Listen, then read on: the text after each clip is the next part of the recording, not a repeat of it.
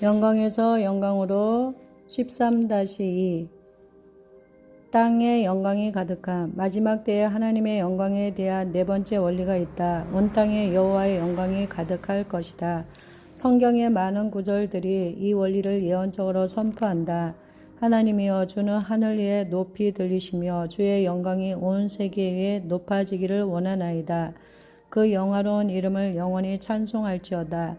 온 땅에 그의 영광이 충만할지어다. 아멘, 아멘. 서로 불러 이르되 거룩하다, 거룩하다, 거룩하다. 만군의 여호와여, 그의 영광이 온 땅에 충만하도다 하더라. 그러나 진실로 내가 살아있는 것과 여호와의 영광이 온 세계에 충만할 것을 두고 맹세하노니, 이는 물이 바다를 덮은 같이 여호와의 영광을 인정하는 것이 세상에 가득함이니라. 성경은 이 점에 대해 매우 분명하다. 마지막에 우리는 예수님 때문에 이길 것이다. 요한계시록에서 요한은 하늘에서 선포하는 큰 음성을 듣는다. 세상 나라가 우리 주와 그의 그리스도의 나라가 되어 그가 세세토록 왕노릇 하시리로다. 여호와의 영광이 온 땅에 가득할 텐데 그 일이 일어나면 예수 그리스도께서 천년 왕국에 재림하실 때까지 기다려야 한다고 나는 생각하지 않는다. 우리가 그 성취를 지금 볼 수 있다고 성경이 가르친다. 예수님께서 물으셨다. 인자가 올 때 세상에서 믿음을 보겠느냐? 나는 하나님을 믿기 원한다. 그리고 나는 이스라엘의 거룩한 본을 제한하지 않을 것이다. 여호와께서 말씀하신다. 내가 내 영을 만민에게 부어주리니. 나는 주님께서 주신 이 예언적 약속을 주장한다. 예수님께서 친히 말씀하셨다. 이 천국 복음이 모든 민족에게 증언되기 위하여 온 세상에 전파되리니 그제야 끝이 오리라. 마지막 때에 대한 나의 이해는 이 구절과 함께 로마서 11장 26절에 온 이스라엘이 구원을 받으리라는 말씀의 근거를 두고 있다. 우리는 표적과 기사가 따르는 복음, 즉 좋은 소식을 열방에 전해야 한다. 그러면 끝이 올 것이다. 우리는 하나님의 영광이 미래의 어느 때인 천년왕국에 나타날 것이라고만 생각하고 있을 수 없다. 우리는 지금 하나님의 영광이 필요하다. 우리는 할 일이 있다. 그것은 하나님의 영광을 열방과 모든 족속에게 전달하는 것이다.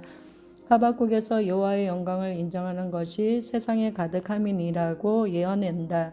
이 본문은 모든 사람이 구원받을 것이라고 말씀하지 않는다. 다만 땅이 하나님의 영광의 지식으로 가득할 것이라고 말씀한다. 사람들이 예수님에 대해 알고 그의 영광을 목격할 것이다. 현재 복음을 듣지 못한 35억 명 이상의 인구가 있다. 하나님의 영광은 영원 추수를 위한 것이다. 그런 이유로 우리는 하나님의 능력과 영광을 나타내는 것을 기반으로 표적과 기사와 전도를 통해 예수 그리스도의 복음을 나눠야 한다. 재림, 마지막 때에 하나님의 영광에 대한 다섯 번째이자 마지막 원리가 있다. 하나님의 충만한 영광이 예수님의 재림 때에 임할 것이다. 예수님께서 다시 오실 때 충만한 영광 속에 오실 것이다. 그때 인자의 징조가 하늘에서 보이겠고 그때 땅의 모든 족속들이 통곡하며 그들이 인자가 구름을 타고 능력과 큰 영광으로 오는 것을 보리라. 인자가 자기 영광으로 모든 천사와 함께 올 때에 자기 영광의 보좌에 앉으리니 그때 인자가 구름을 타고 큰 권능과 영광으로 오는 것을 사람들이 보리라. 예수님의 충만한 영광과 함께 심판도 임할 것이다. 인자가 아버지의 영광으로 그 천사들과 함께 오리니 그때에 각 사람이 행한 대로 갚으리라. 마지막 때에 두 가지 심판이 있을 것이다. 구원받지 않은 모든 사람은 대백보자 심판에서 심판을 받을 것이다. 모든 민족을 그 앞에 모으고 각각 구분하기를 목자가 양과 염소를 구분하는 것 같이 하여 양은 그 오른편에 염소는 왼편에 두리라.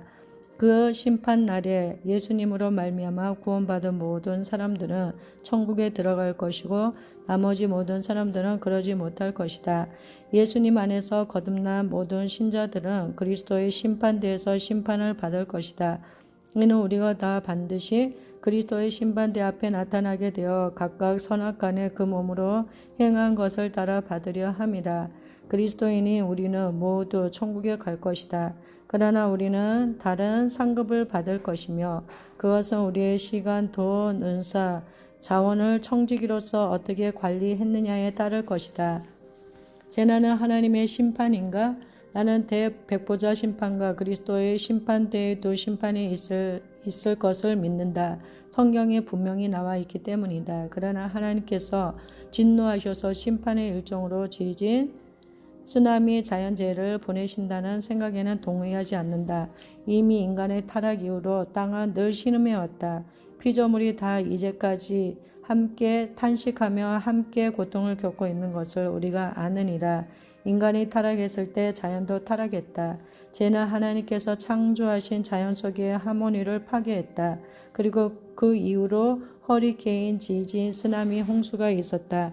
나는 하나님께서 2008년에 중국의 쓰촨성에 지진을 보내 중국인들을 심판하셨다고 믿지 않는다. 그때 아기들을 비롯한 무고한 생명들이 숨졌다.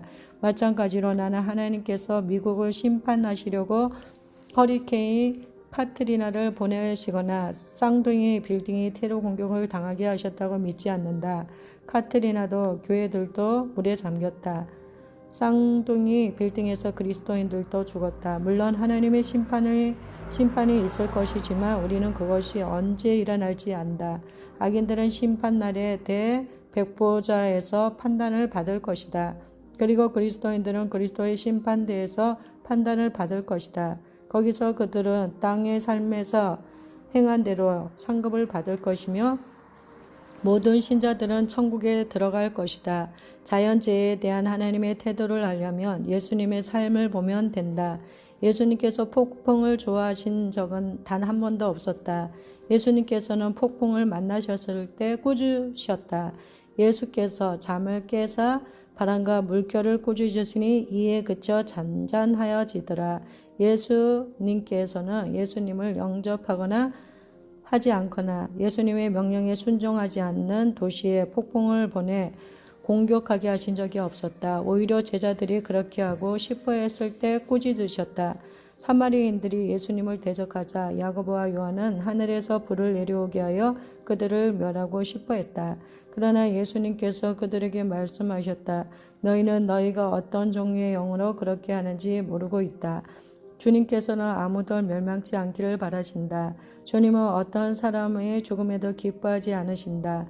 나는 우리가 결렬된 틈을 막아서서 폭풍을 대적해 기도해야 한다고 믿는다. 예수님께서 그 모범을 보여주셨다. 강력한 허리케인이 대서양에서 불어와 버지니아 버치 지역을 향해 다가올 때 패 로버슨이 텔레비전에서 꾸짖는 기도를 했던 것을 나는 기억한다. 그러자 마지막 순간에 허리케인은 방향을 틀어 빠져나갔다. 하나님께서는 죄를 추가로 벌하실 필요가 없으시다. 이미 죄 자체의 심판이 따른다. 성경은 죄의 삭은 사망이요 라고 말씀한다. 죄는 사망, 억눌림, 질병으로 이어진다. 우리가 죄를 심으면 그 결과를 거둔다. 그러나 예수님께서는 우리에게 생명을 주려고 오셨다. 예수님께서 말씀하셨다. 내가 온 것은 양으로 생명을 얻게 하고 더 풍성히 얻게 하려는 것이라.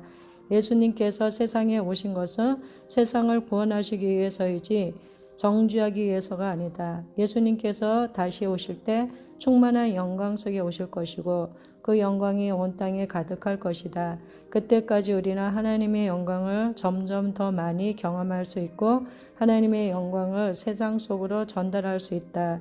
그리고 그 영광으로 사람들의 삶이 변화되고 열방이 제자가 될 것이다.